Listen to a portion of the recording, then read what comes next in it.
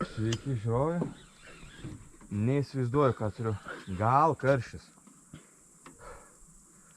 Bet širdis tai nežinot, kaip dreba. Toks išvažiavimas, galvau, kartais taip nebūna, žvejojant. Nuk tu savo. Ką čia, turim aišku, čia per visus valus perėjo garantuoti? Nors ne. Ne, karšis.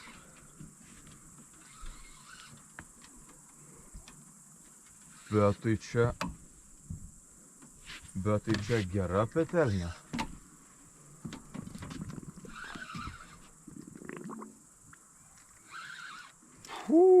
Gražus karšis. Nu jo išvažiavimas tai nesu tokio matęs. Oi, graži žuvis. Gali būt nuoti. Sveiki visi. Šiandien esame prie ežero. Gražus rytas. Stovas jau stovi, viskas paruošta. Šumės meškerės ir pagrindinis tikslas pagauti karšį. Viskas paprastai iš tikrųjų, tai arbūzinės šėryklos, boiliukai, kirminukai ir tiek. Vakar buvo pasišertas, šiandien bandom žvejot. Yra? Jo, yra pirmoji žuvis. Panašu, karšis bus.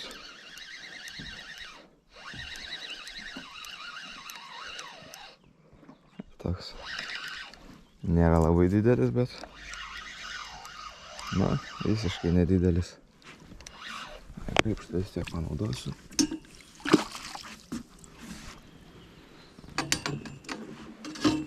Dar meškerę atremti. Atkabinti.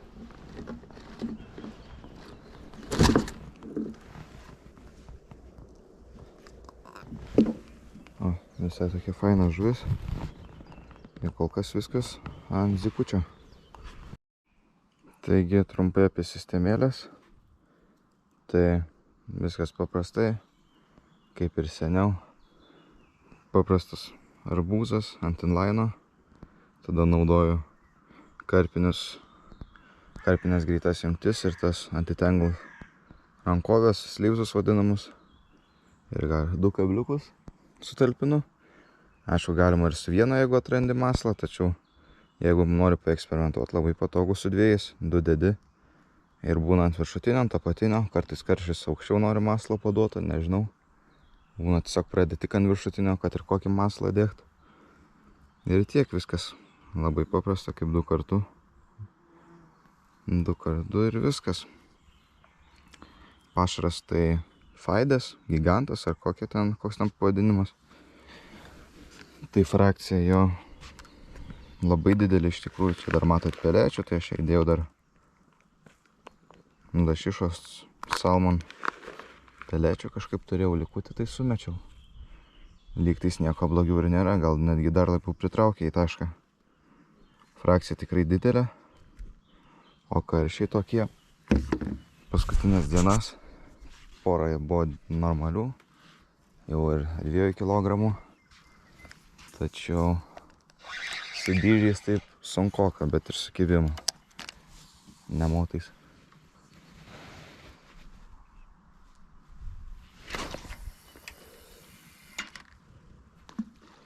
Metimas nėra labai tolimas, apie gal 30, 35 iki 40 metrų. Tikrai nieko nuostabaus. Čia su tom paprastom dugdinėm, nežinau. Nieko čia mandro nereikia. Vis tiek užmetinėjam. Ilgai laukiam. Čia malonumo daug nėra ant metimo ir darbo. Jeigu visą dieną mėtėt, aišku, norėtųsi fainesnio įrankio, tačiau kai tai ant stovo pasidedi ir laukia kibimo 20-15 minučių. Tai tikrai nėra didelio skirtumo, tiek pasakysiu. Nežinau, stovas karpinis tas pats. Signalizatoriai užsidėjęs Foxo mikronus. jos dieną žymiai fainiau būtų užsidėjus. Jeigu racijos nereikia, tai faktai žymiai geresni už Crystal.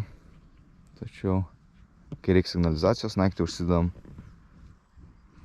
kristalus ir iš bėdos jie veikia.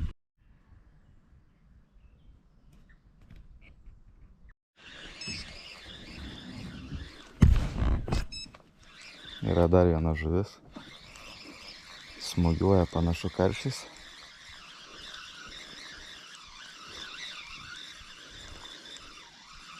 Nebus didelė, bet vis tiek smagu.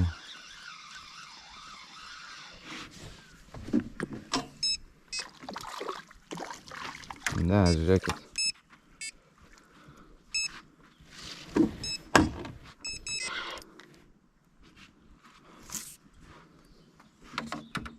Ką čia turim?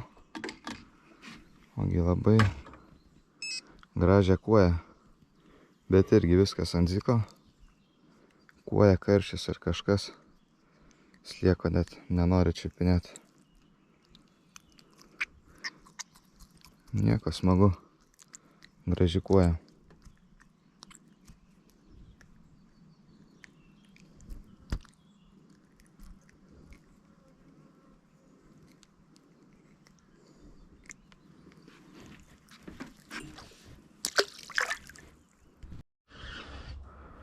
Turiu žuvį. Čia galimai netgi geresnė bus. Šiek tiek net prasuko valą iš rytės būgnelio. Reikia pritūpt pasiimt graibštą.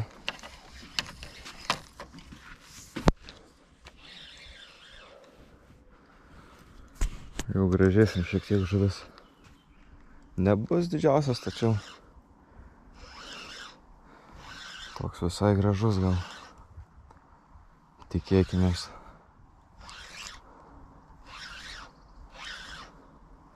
Persimečiau ant boiliukų. Kibimus kažkaip sunku pakirsti ir tokie maži karšiai kimba. Taigi šiek tiek pasididino masalą ir šiek tiek panašu ir dydis gražėja. Opa, graibšto savo neturiu, bet naudosim šitą. Irgi sueis. Nusakyčiau visai jau gražus karšis.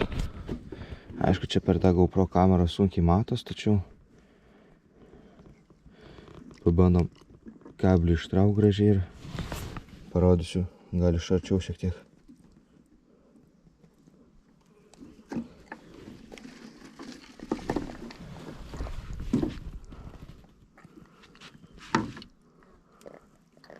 Gražus karšis iš tikrųjų. Ką einam įdėti į sietą. Žodžiu, persimesta buvom boiliukų. Naudoju karšiam dažniausiai dypeksą. Labai ten mandrų karpinių gal ir nereikia. Karšis nėra tokia išranki žuvis. Na, būna aišku situacijų, tačiau matot, kablys, pavadžio sistemėlė. Ir būtinai reikia švinuką pažiūrėti, jeigu kelia jum kabliuką nuo dugno, tai būtinai švinuką uždėkit.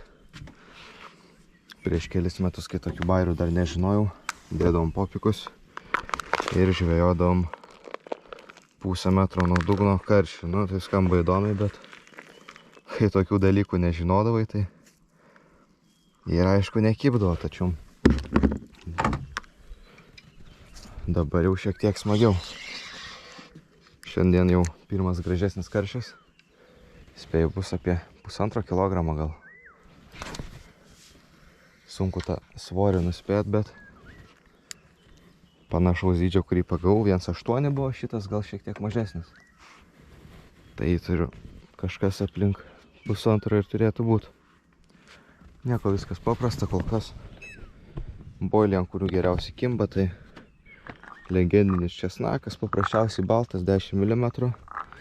Ir visai neblogai dirba brasiam, karšinis.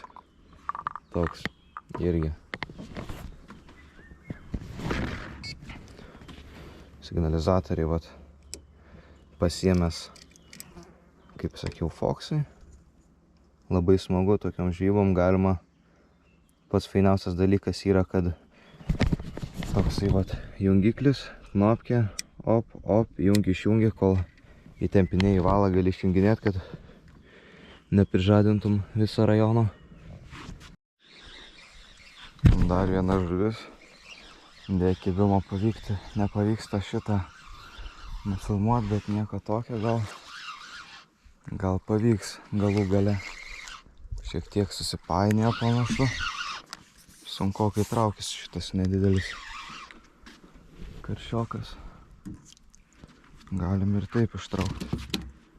O čia suvėlė visą sistemėlę. Na, bet toks standartas. Tokius iš karto galima leisti žemyn, o aš einu, žodžiu, painiotis.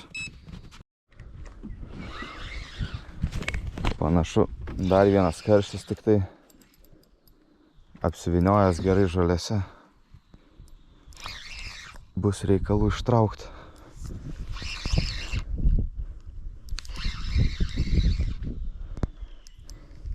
Traukiu kaip karpį praktiškai.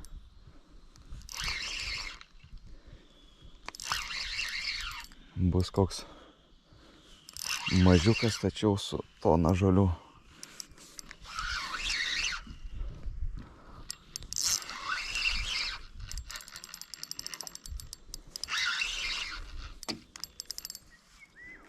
Na, man atrodo, atspėjau.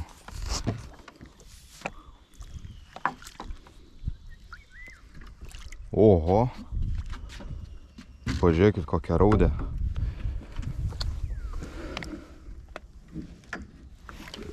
Nu jau tokios senai buvau nepagavęs. Oho. Nu jo, čia rekordas tikriausiai mano bus.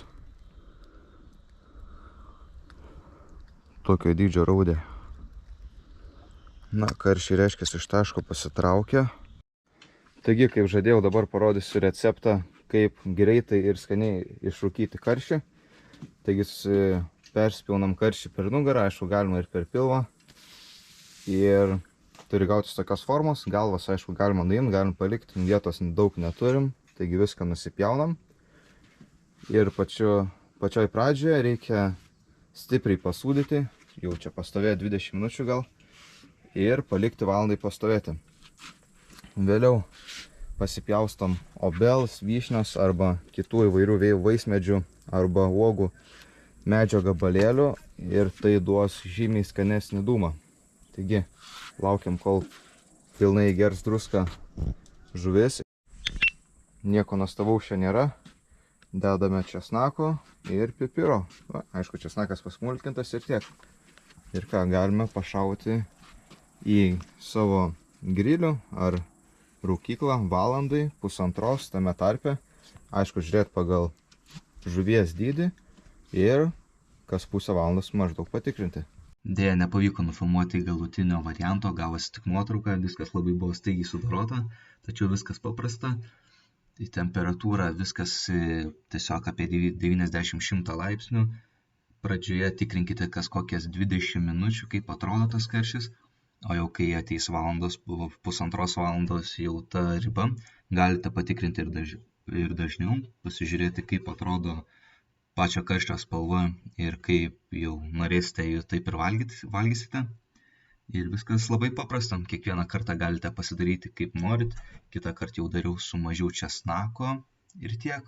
Skanaus.